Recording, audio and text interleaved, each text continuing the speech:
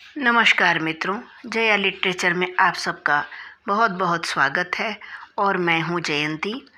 आज मैं आपके लिए मालती जोशी जी की एक प्रसिद्ध कहानी नो सिंपैथी प्लीज़ लेकर प्रस्तुत हूँ। तो चलिए कहानी का आनंद उठाइए। हम सब तैयार होकर हॉल में आ गए थे और जीजा जी की प्रतीक्षा कर रहे थे। अम्मा जी को प्रणाम करके आशीर्वाद लिया जा चुका था। बच्चों की बुआ से भी मैं गले मिल चुकी थी।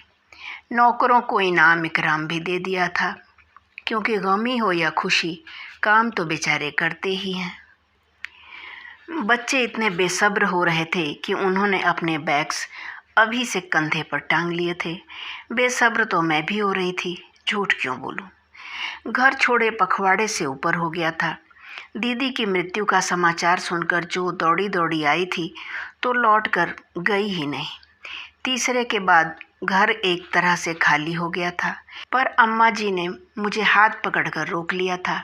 बेटा, बच्चे तुम में अपनी माँ की छवि देखते हैं, हो सके तो 13 तक रुक जा, बाद में तो फिर बच्चों को अकेले ही रहना है। उनकी बात को काटना कठिन हो गया था, इसलिए फिर ये मुझे और बच्चों को छोड़कर चले गए थे। 13 पर लौट कर आए थे। इस बीच दीदी के बच्चे 10 साल का अंशुमन और 14 साल की आभा सचमुच मेरे होकर रह गए थे। एक पल को भी मुझे छोड़ नहीं पा रहे थे। मेरे दोनों बच्चे यद्यपि बहुत छोटे थे, पर उनसे भी इन लोगों की अच्छी पटरी बैठ गई थी। तनिष्क तो दिन भर आभा की गोद में लदा रहता और तन्मय अंशुमान की पूंछ बनकर घूमता रहता। ऐसे में बच्चों को छोड़कर जाना बड़ा कष्टप्रद लग रहा था। फिर इन्होंने ही सुझाव दिया कि बच्चों को साथ लिए चलते हैं। वैसे भी इस मातमी माहौल में उनका बाहर निकलना बहुत ज़रूरी है। जगह बदल जाएगी तो थोड़ा मन भी बहल जाएगा।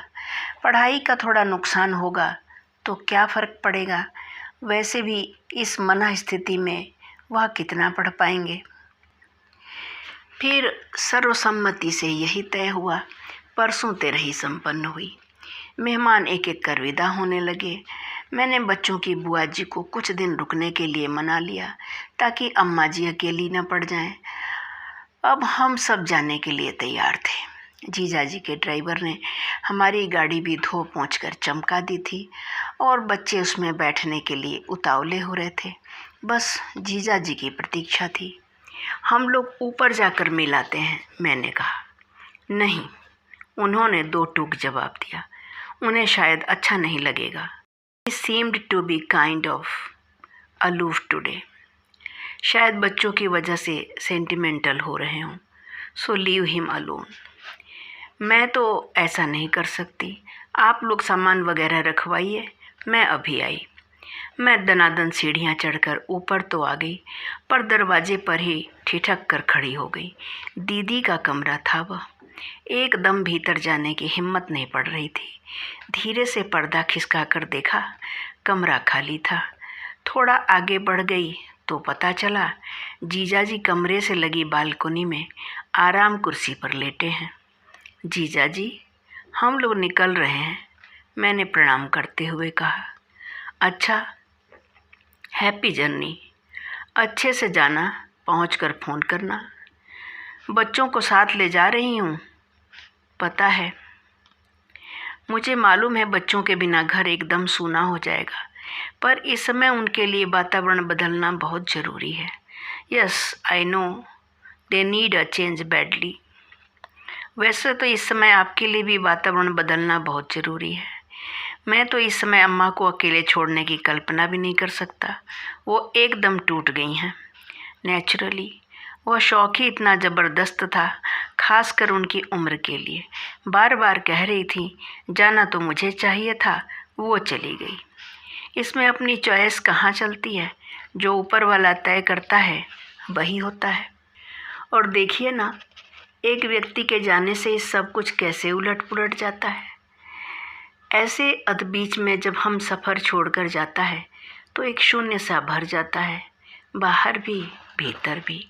इस स्थिति से उबरना बहुत कठिन है, पर ज़रूरी भी है, खासकर बच्चों के लिहाज से।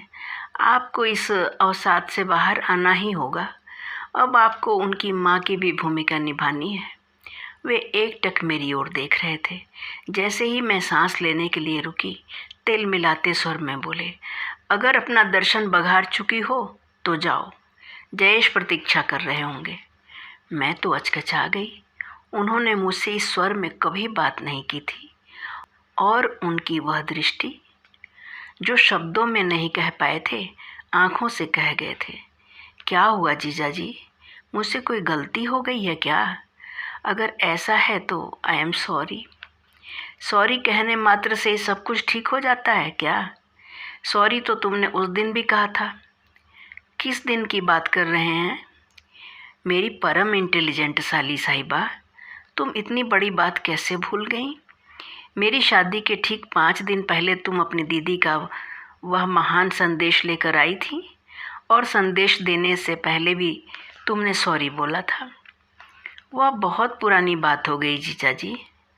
पुरानी होने से कोई बात झूठ थोड़े ही हो जाती है।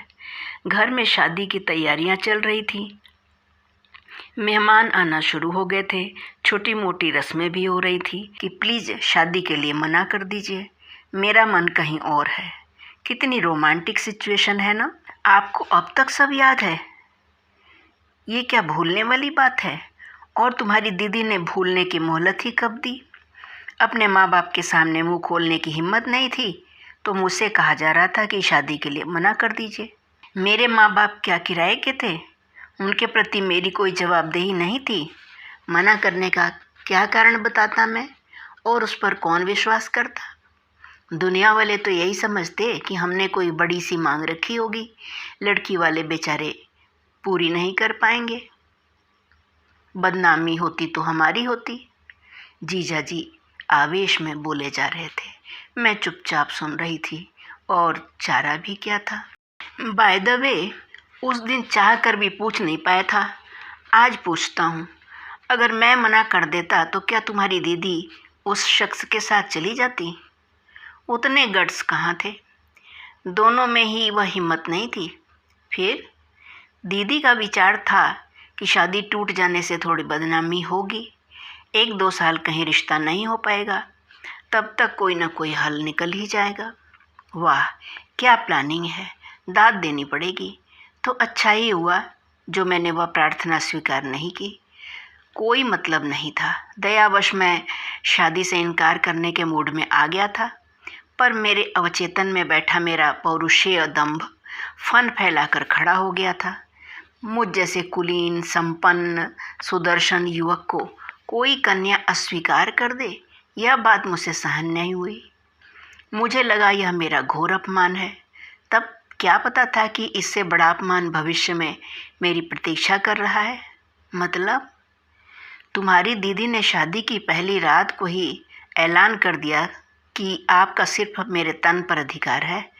मन से मैं कभी आपको स्वीकार नहीं कर सकूंगी। क्या कह रहे हैं? सच कह रहा हूँ।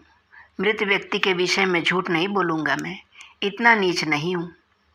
पूछना चाह रही थी कि फिर कैसे, क्या हुआ, पर ऐसी अंतरंग बात पूछने का साहस नहीं हुआ। जीजा जी ने ही मेरी समस्या हल कर दी। बोले, मैंने सोचा तन तो तन ही सही, कुछ तो अपना है, मन को लेकर करना भी क्या है। फिर मन से योजन दूर रहकर हम देह धर्म निभाते रहे। मतलब वो धर्म निभाती रही, मैं अधिकार जताता रहा। 15 साल आराम से निकल गए। बनी रहती तो और 15 साल भी गुजर ही जाते। और वे एक कसैली सी हंसी हंसती है। कुछ देर को मैं सन्न रह गई। आई एम सॉरी जीजा जी। सॉरी किस लिए भाई? मुझे बड़ा दुख हो रहा है। वही तो पूछ रहा हूँ, दुख किस लिए, क्यों? हाँ, अगर मेरे बच्चों के लिए दुख हो रहा है तो वह जायज़ है। बेचारों ने बहुत छोटी उम्र में अपनी माँ को खो दी है।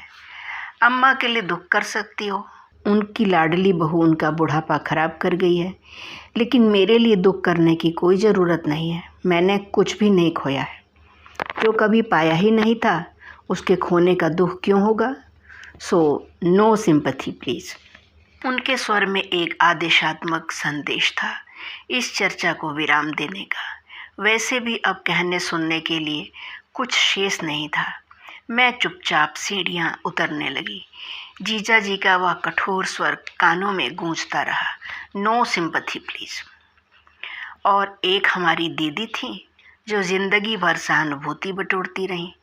जब भी मायके आती यह जताना कभी नहीं भूलती कि उनके साथ कितना अन्याय हुआ है। माँ पापा को उन्होंने कभी अपराध बोध से मुक्त नहीं होने दिया। हमेशा कहती, इनके खानदान की मर्यादा के लिए मैं शहीद हो गई। तुम नहीं, शहीद तो यह भला आदमी हुआ है दीदी। तुम्हारे असफल प्रेम की वेदी पर उसकी बलि दी गई। जिंदगी भर यह व्यक्ति अपने अनकिए अपराध की सजा भुगतता रहा, उपेक्षा झेलता रहा। पर मजाल है किसी को हवा भी लगने दी हो। न वाणी से न व्यवहार से कभी किसी को एहसास भी नहीं होने दिया कि उनके दाम्पत्य में कितनी बड़ी दरार है। आज भी अगर मैं अपनी बेवकूफ़ी भरी फिलॉसफी न झाड़ती तो वे अपने मन की गांठें कभी नहीं खोलते। मैं आपकी अपराधिनी हूँ जीजा जी, क्षमा कीजिएगा। आपकी वह गर्जना अब भी कानों में गूंज रही है, नो सिंपैथी प्लीज़। मेरी औकात है जो मैं आपको सिंपैथी दूं? हाँ, मुझे अपनी दीदी से ज़रूर सहानुभूति हो रही है।